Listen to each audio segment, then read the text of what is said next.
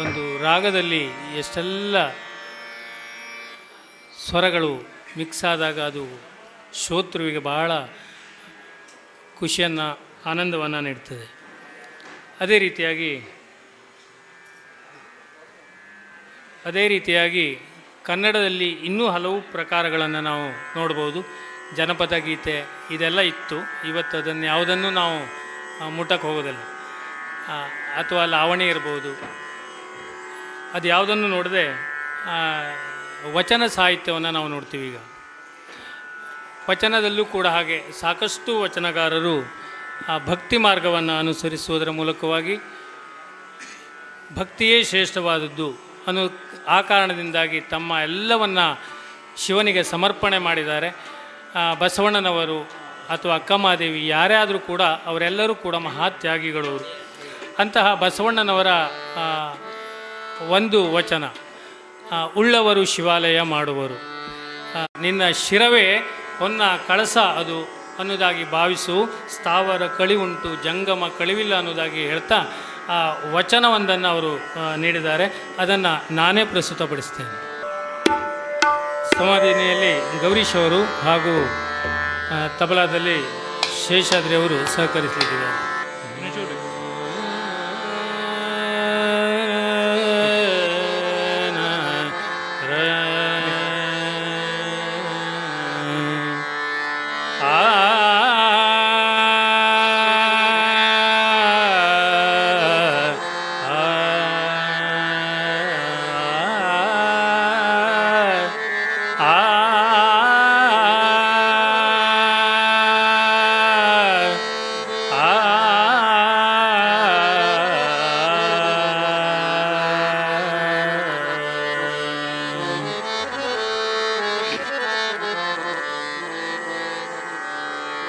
ಉಳ್ಳವರು ಶಿವಾಲಯ ಮಾಡುವರೋ,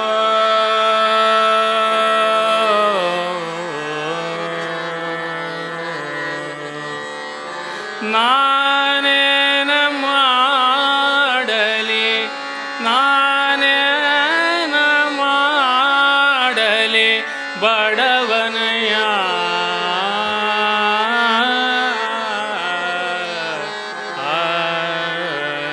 ಉಳ್ಳವರು ಶಿವಾಲಯ ಮಾಡುವರೋ, ಉಳ್ಳವರು ಶಿವಾಲಯ ಮಾಡುವರೋ, ನಾನೇನ ಮಾಡಲಿ ಬಡವನಯ್ಯ, ನಾನೇನ ಮಾಡಲಿ ನಾನೇನ ಮಾಡಲಿ ನಾನೇನ ಮಾಡಲಿ ಬಡವನಯ್ಯ, ಉಳ್ಳವರು ಶಿವಾಲಯ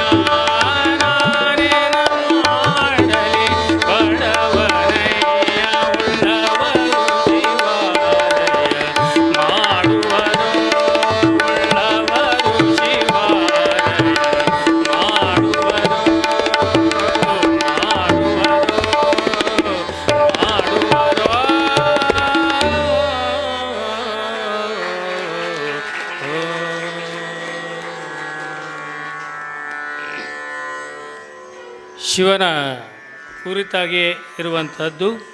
ವಚನದಲ್ಲಿ ಭಕ್ತಿ ಮಾರ್ಗವೇ ಶ್ರೇಷ್ಠ ಅನ್ನೋದನ್ನು ಅರ್ಥೈಸಿಕೊಂಡವರು ಭಕ್ತಿ ಮಾರ್ಗದಲ್ಲಿಯೇ ಸಾಗುವುದರ ಮೂಲಕವಾಗಿ ಮೋಕ್ಷವನ್ನು ಕಂಡುಕೊಂಡಂಥವರು.